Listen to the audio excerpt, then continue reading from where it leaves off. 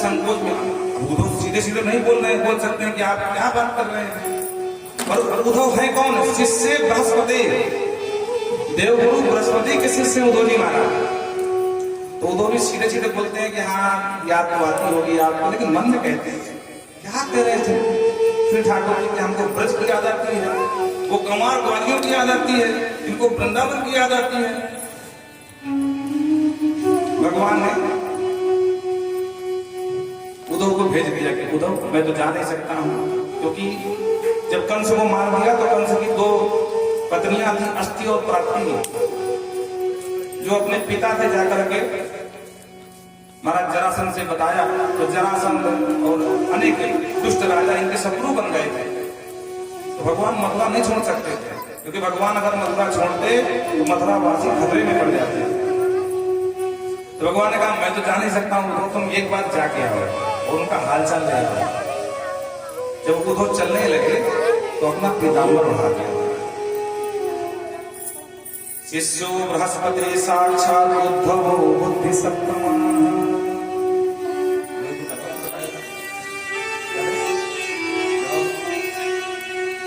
वृंदावन विहारी लाल की एक दारुगत देखिए पावक समझुग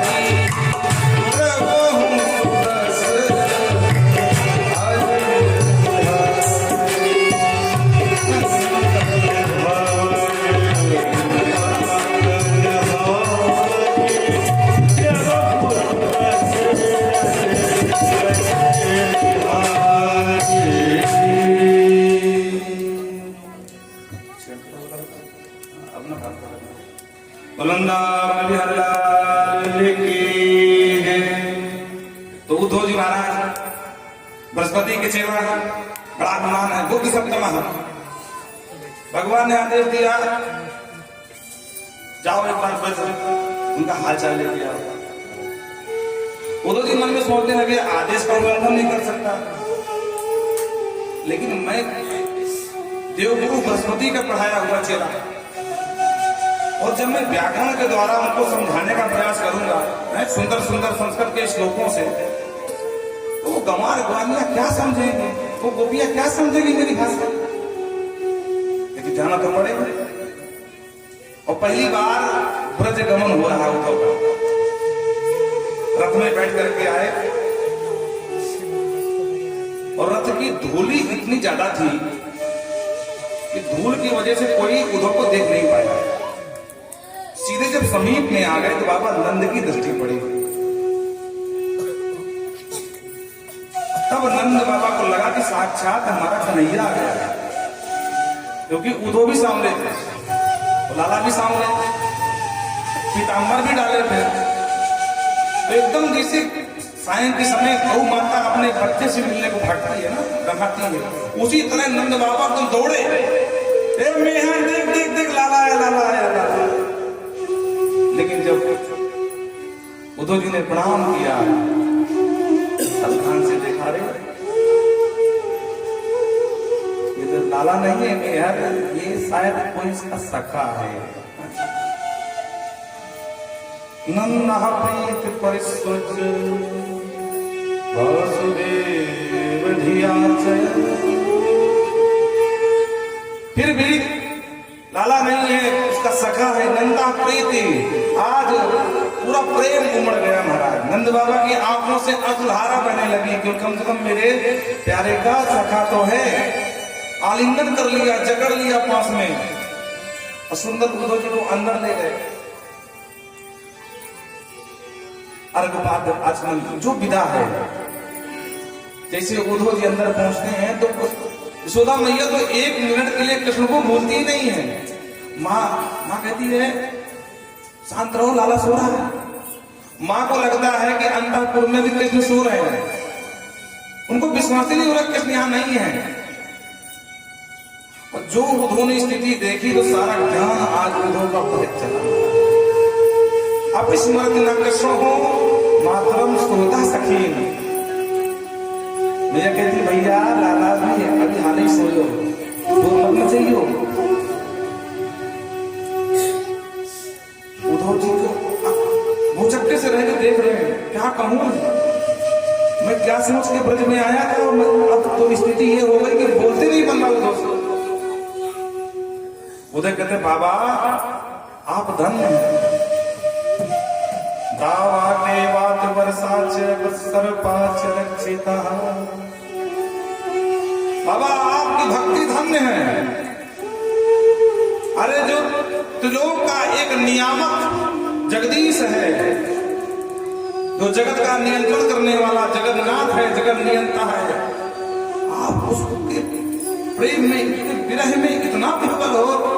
बाबा बड़े बड़े योगी सन्यासी भी इस स्थिति को नहीं पहुंच पाते। बाबा मैं बृहस्पति का शिष्य हूं, बाबा मैं धन्य हुआ आपकी भक्ति देखकर। पर बाबा अपना मत मानना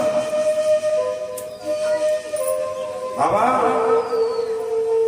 जैसे अग्नि सिर्फ एक जगह नहीं होती है, अग्नि व्याप्त भी होती है और अग्नि सूक्ष्म भी होती है। उसी तरह परमात्मा एक जगह नहीं होते हैं, वो बच्चे के रूप में भी होते हैं और परमात्मा के रूप में भी होते हैं। वो इसी दृष्टांत को बाबा तुलसी ने लिखा था, एक दारुगत देखिए एक पावक समझ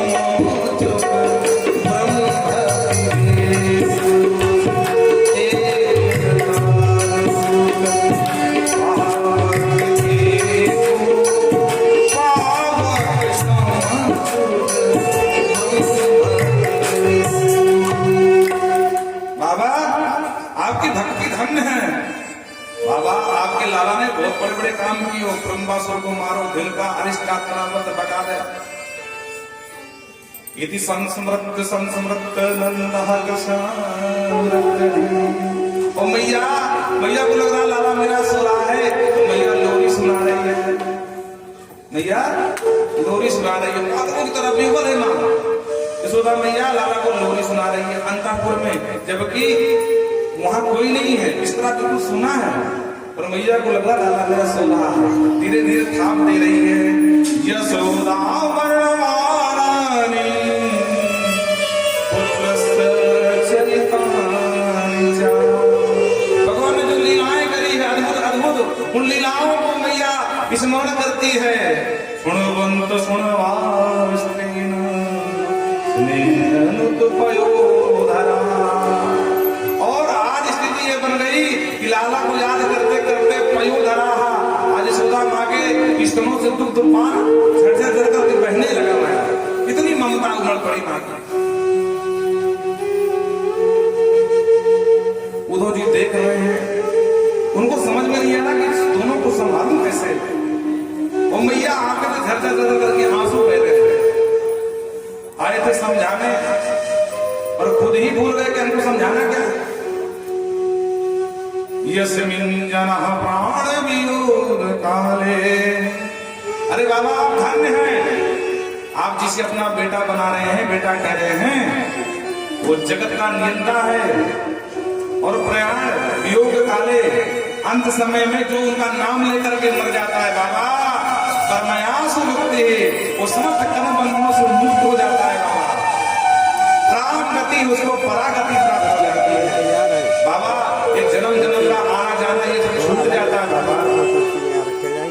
बाबा आप बात को समझो, वो सिर्फ आपके ही बेटा नहीं है, वो जगन्नाथ भी है। और अगर उन्होंने कहा है कि हम आएंगे तो जरूर आएंगे। अगर आगमिष्यति, अरे धीर घेर है कहा लेना, अरे हम तो कहते हैं बाबा बहुत जल्दी आएंगे। आप अपने आप को संभालो, धैर्य बांधो। बाबा निहत क्रमयासु क्षणम समस्य मनोविशुद्धम।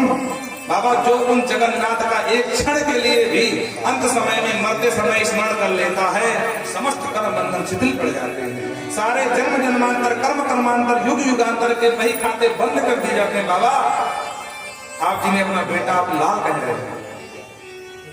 मां खिद्यतम महाभागो दृक्षतः कृष्ण नंदी के। हे महाभाग नंद बाबा, मान खिद्दत, आप खिन्न मत होइए, उदास मत होइए। उन्होंने कहा तो अवश्य आएंगे, बहुत जल्दी आएंगे। अंतर्हत भूतानां आस्ते ज्योतिर्बोधसा। जैसे अंदर और बाहर ज्योति होती है, भाई आग कहाँ नहीं है, आग तो सब जगह है, व्यापक भी है, प्रत्यक्ष में भी है। कोई कहे चूल्हे में आग जल रही है तो क्या आग बुझनी है? नहीं, आग सभी जगह है। अरे और सब कुछ छोड़ो, अपने हाथ को रगड़ो 10 मिनट, आग लग जाएगी। पत्थर को पत्थर पे घिस दो, लोहे को लोहे को घिस दो, आग निकल जाएगी। उसी प्रकार बाबा वो ब्रह्म सभी जगह व्यापक है, हरि व्यापक सर्वत्र समान प्रेम रस कोई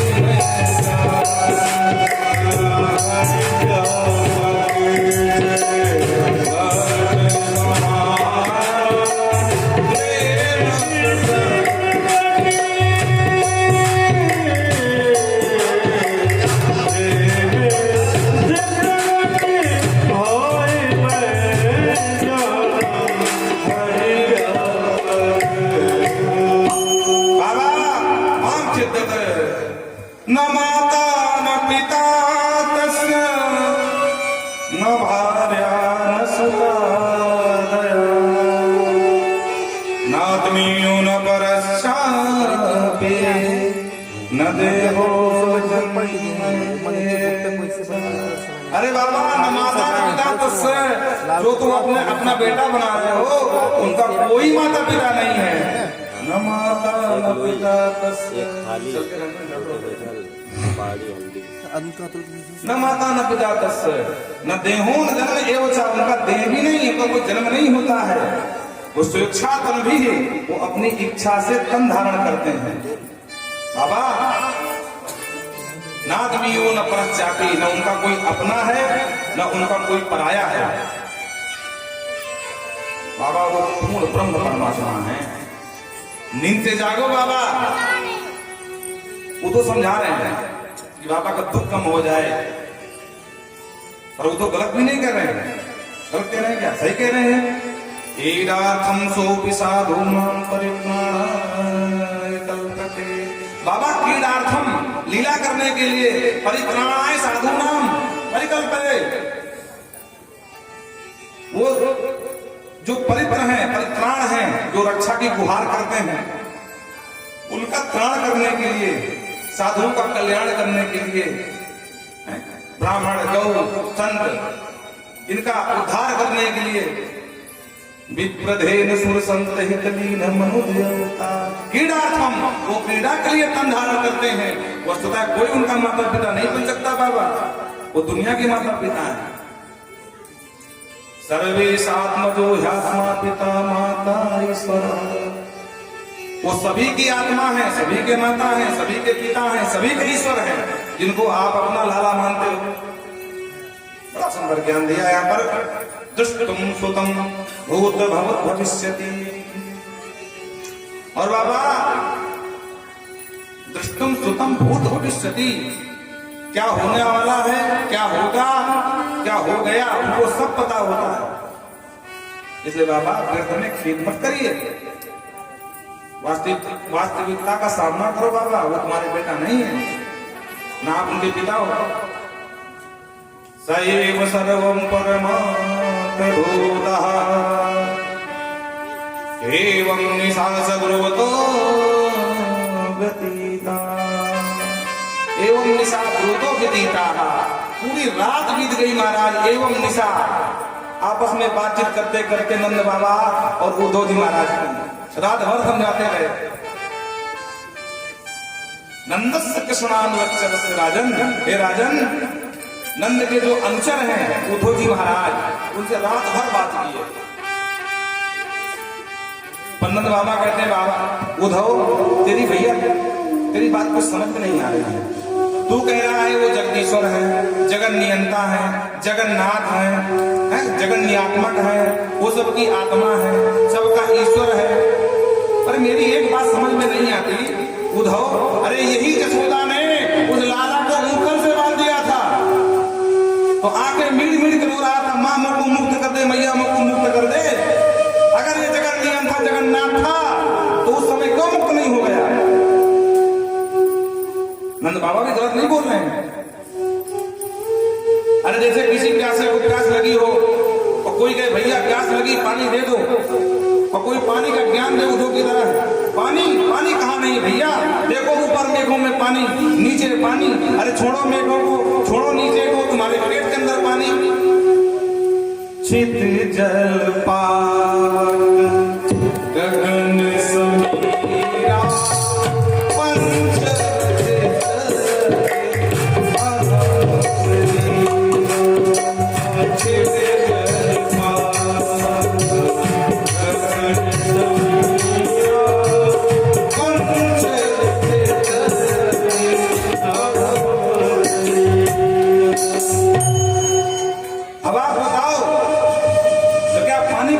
पंच पानी की प्यास बुझ जाएगी? जिसको पानी पीना है क्या उसका दुख क्लेश से कष्ट दूर हो जाएगा? किसी को हवा की आवश्यकता हो, किसी की गाड़ी पंचर हो जाए, भैया की हवा निकल जाए और बोले भैया हवा कहाँ मिले? बोले हवा कहाँ नहीं भैया, हवा ना होती तो हम ना होते, हर जगह हवा है। तो वो लोग इस हवा के ज्ञान से उसकी गाड़ी सही हो जाएगी? नहीं हो जाएगी। उसी तरह ब्रह्म का ज्ञान देना अलग बात उद्धव की तरह है, लेकिन जो ब्रह्म बालक बन करके आंगन में खेला हो और बाबा बाबा कह करके लिपट गया हो, मैया मैया कह करके हाथ जोड़ करके विनती किया हो, आज कोई कहे कि वो बालक बालक नहीं, वो ब्रह्म है, कौन माता दुनिया का मानेगा? और जो डांटा उद्धव के तो पूरा ज्ञान है, ज्ञान है। उद्धव क्या मैं नहीं जानता हूं कि वो ब्रह्म है? अगर वो ब्रह्म था तो मेरे आंगन में आने की क्या हो सकता था? उसको हमसे नेह लगाने की क्या हो सकता था? कहीं जाकर के रह लेता। अरे उद्धव चल नहीं पा रहा था, गोदी में लेकर के मेला दिखाने गया हूं। बाबा बाबा मुझको ये दिला दे बाबा, कभी कभी वो भोजन न करे लाला उद्धव, भैया मुझको चंद्र खिलौना चाहिए। तब ये यशोदा परात में जल भर के रखती थी आंगन में, और जब चंद्रमा की परछाई देखता था तब भोजन करता था वो। कहां गया तेरा पूर्ण ब्रह्म है? अगर पूर्ण ब्रह्म था तो ऐसी लीला क्यों किया?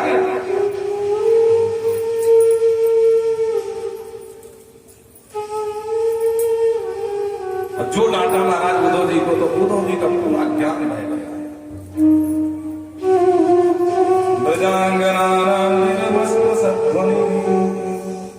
और आपस में दोनों की वार्तालाप सुनकर के प्रातः काल होगी, रात भर बात होगी।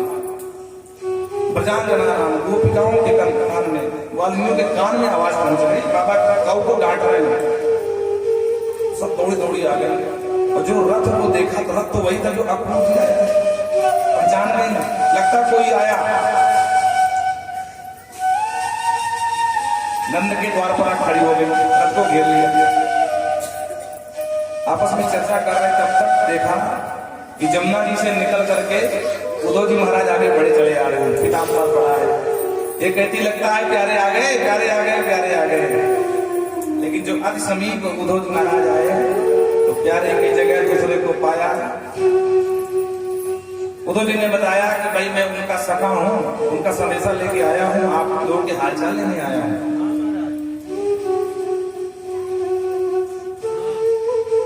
उद्धव जी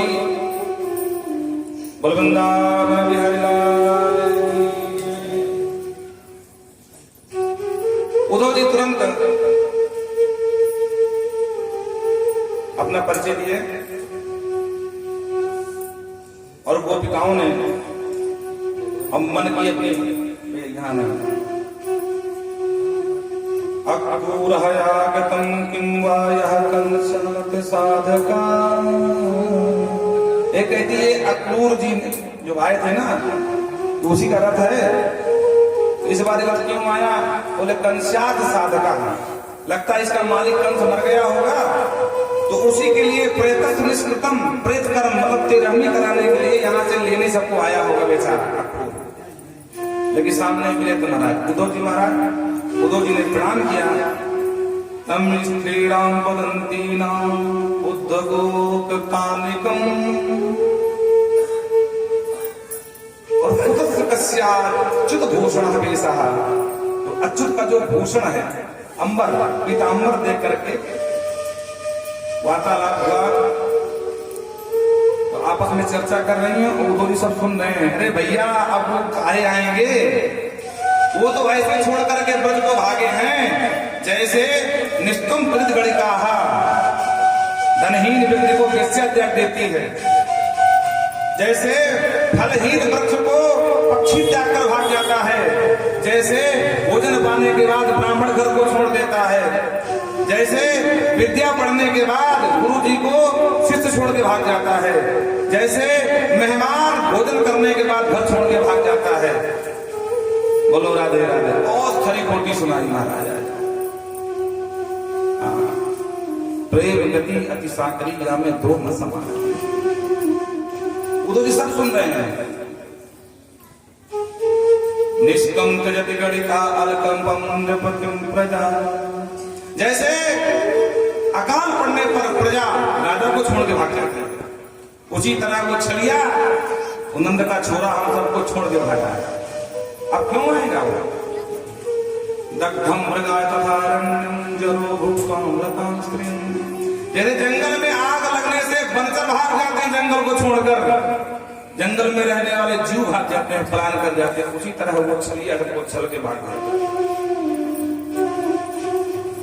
तब तक कहीं से घूमता घूमता एक भ्रमर आ गया महाराज और किशोरी राजा रानी के चरणों में गुंजायमान करने लगा। तो आज इतनी बावरी हो गई कि भ्रमर से ही बात करने लगी। एक कहती हो हमको लगता है तू भी काला वो भी काला, इसका मतलब तू भी उसका संदेशा लेकर के आया है। कपटी भ्रमर, वो भ्रमर से बातें करने लगते हैं। इसी को भागवत में कहा गया भ्रमर गीत। मधुप पितब बंधो मास प्राघुम सपद्यम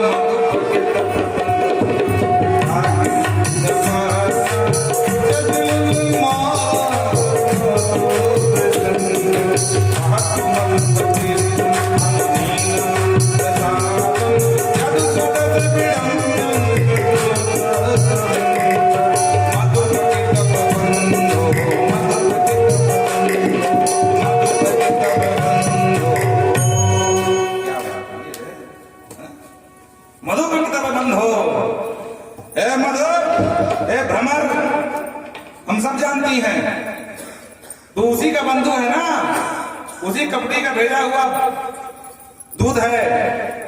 अरे तू भी काला और वो भी काला, काले सब कपटी होते हैं और एक जन्म नहीं जन्म जन्म के कपटी होते हैं। मानो दो जी कह रहे हैं कि जन्म जन्म के कपटी। अरे भाई तुम क्या जानो कितने जन्म इनके हो गए, क्या तुमने इनके जन्म को जाना है? एक गोपी कहती हाँ क्या जाना है? बोले भाई भाई आपस में लड़ बैठते हैं, पढ़े लिखे लड़ बैठते हैं। तो अगर भाई भाई बंदर लड़ जाए महाराज उसमें कोई बड़ी बात नहीं होती है। अरे सुग्रीव और बाली दोनों लड़ पड़े, एक को मित्र बना लिया, एक का गला उतार लिया, ये इतना बड़ा कपटी है। अरे छोड़ उस बंदरों की, एक कहती मैं बताऊं, हाँ बहन तू बता इसकी कपट लीला। बोले स्त्रियम रकत कुरूपाम स्त्री जित कामयाना। अरे वो बेचारी सूर्पणखा था, इतना बेचारी किया कराया श्रृंगार करके आई, ब्यूटी पार्लर सज करके बेचारी आई, एक बार भी घूम किस कपड़ी नहीं देखा कि कम से कम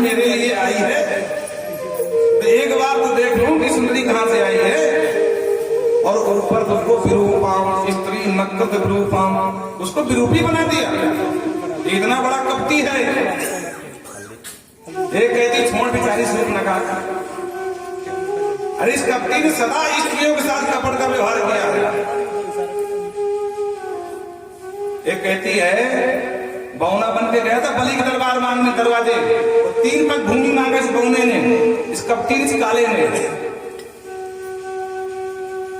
जब इसने कहा कि सरकार नाप लो, तो बौने बौने पैर थे महाराज, और जब नापने का नंबर आया तो सहस्र था, सहस्राक्ष।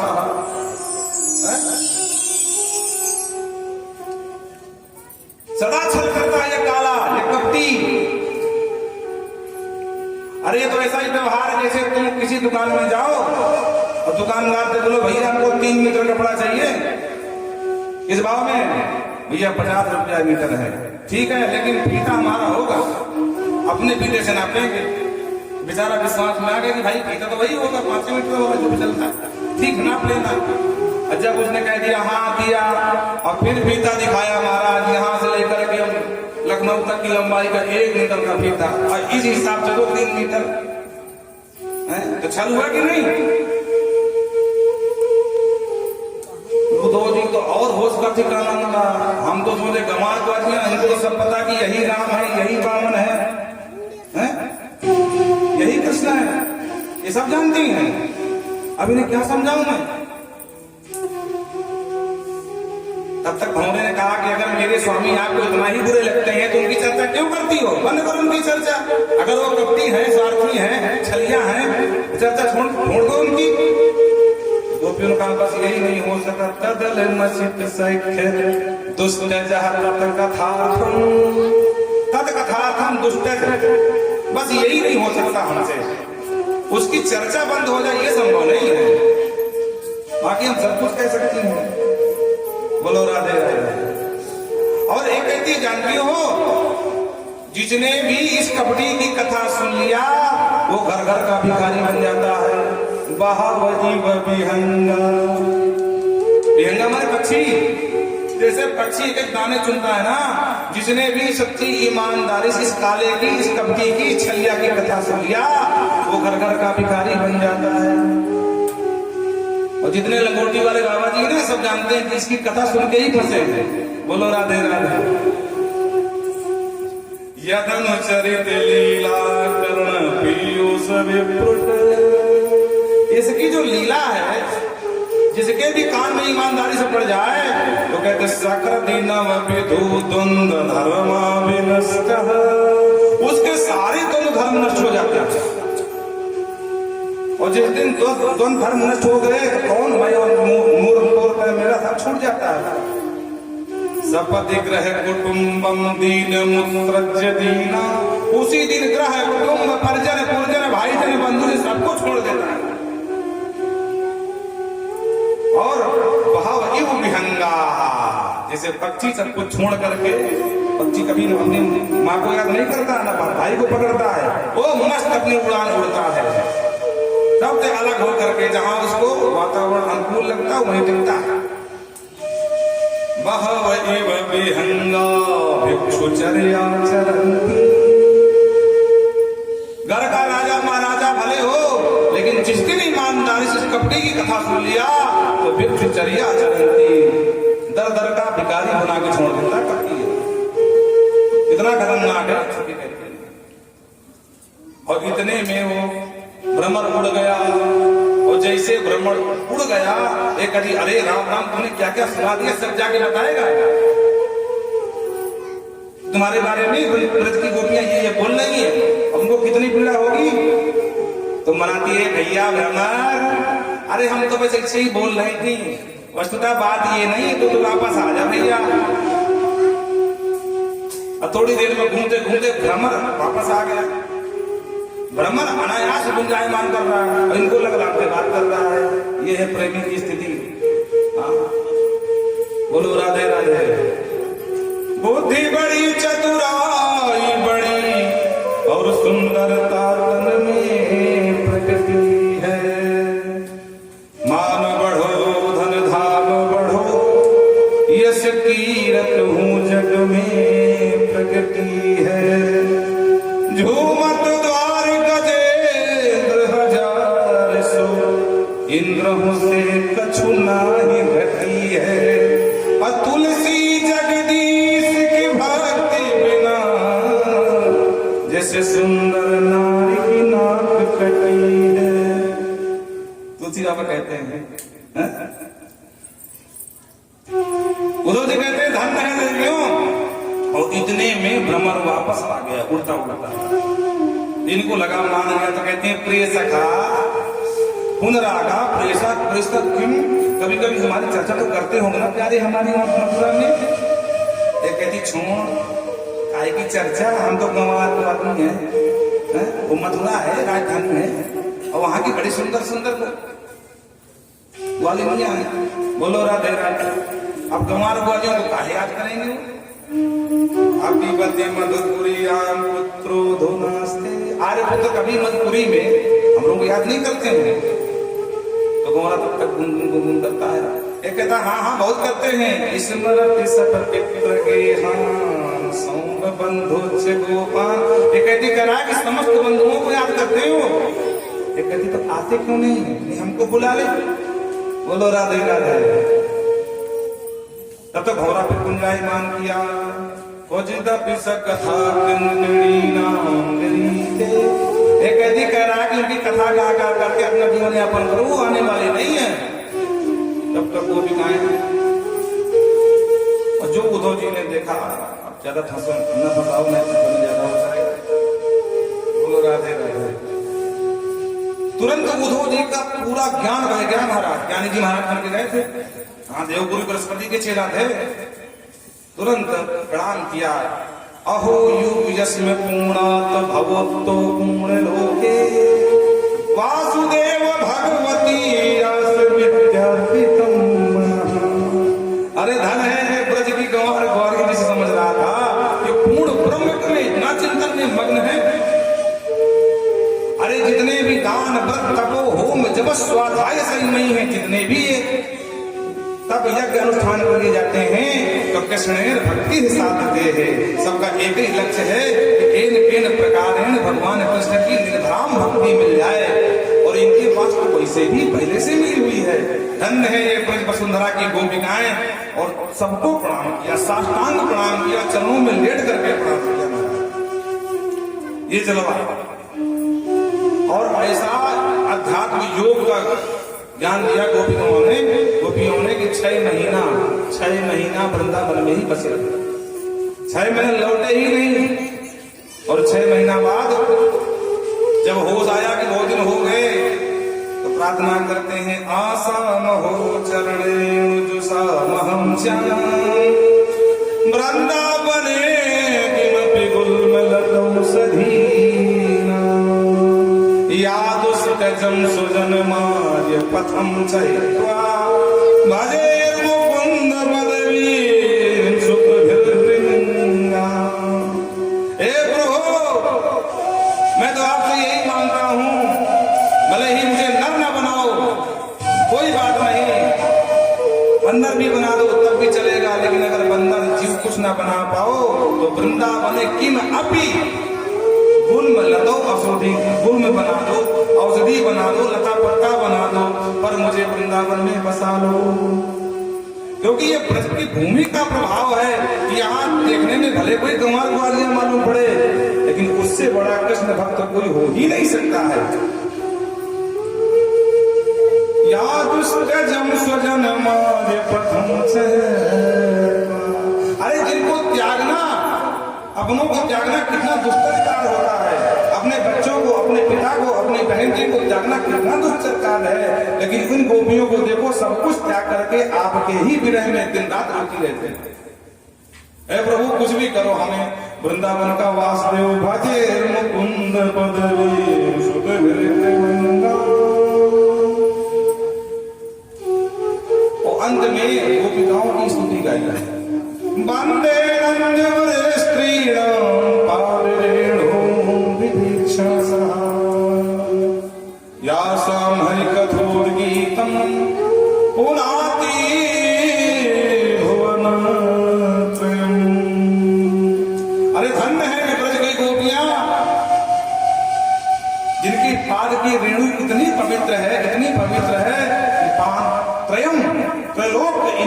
पवित्र धूल से पवित्र हो जाना।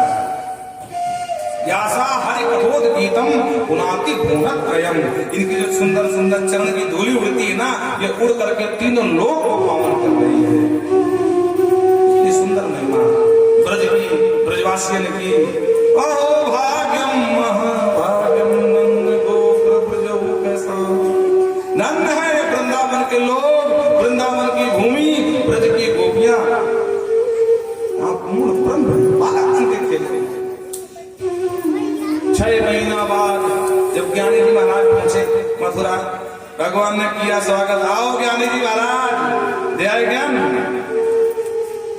उद्धव जी ने कहा सरकार बात मत करना। क्या हुआ? बोले आज पता चला तुम कितने बड़े कपटी हो, अब कितने बड़े निष्ठुर हो। अरे दिन रात वो गोपिकाएं तुम्हारे लिए दुख से आर्त होकर पुकार रही हैं, आर्त भाव से रात दिन आपको ही याद करती हैं। और आप इतने बड़े कपटी हो, इतने बड़े कठोर हट रहे हो कि एक बार भी मिलने नहीं दिया, मुझे भेज दिया। भगवान ने कहा बस तो यही प्रेम मैं तुम्हारे हृदय में देखना चाहता था। जब कभी चर्चा करता कि उधो उधो मोही ब्रज बिसरत ना, तो तुम मुंह बना के बोलते अरे प्रभु क्या फालतू बात करते हो, ऐसा कोई हो ही सकता है। आपको उनकी याद आए, आप समझ में आया। तो यही प्रेम मैं तुम्हारे हृदय में स्थापित करना चाहता था। आज तुम्हें बोध हो गया और भगवान ने नित्य वृंदावन ब्रजराज सब कुछ दिखाया अपने हृदय में कि देखो भैया, न गोपिकाएं मुझसे भिन्न है, न मैं उनसे भिन्न हूँ, न राधा जी मुझसे भिन्न है। एक ज्योतिर भवेद राधा, एक ज्योति के 2 रूप हैं, एक कृष्ण के रूप में, एक राधा के रूप में। न राधा जी अलग है, न कृष्ण जी अलग है। हाँ, वो 2 राधे राधे, एक ही ज्योति के 2 रूप है। तब उद्धव जी को पूरी लीला समझ में आई। बोल सरकार अब तुम कपटी नहीं महाकपटी निकले। भगवान ने कहा अब मैंने क्या किया? बोले इतना बड़ा रहस्य पहले बता देते तो मैं फालतू में वहां इतना दुखी हुआ, 6 महीने हंस आया है।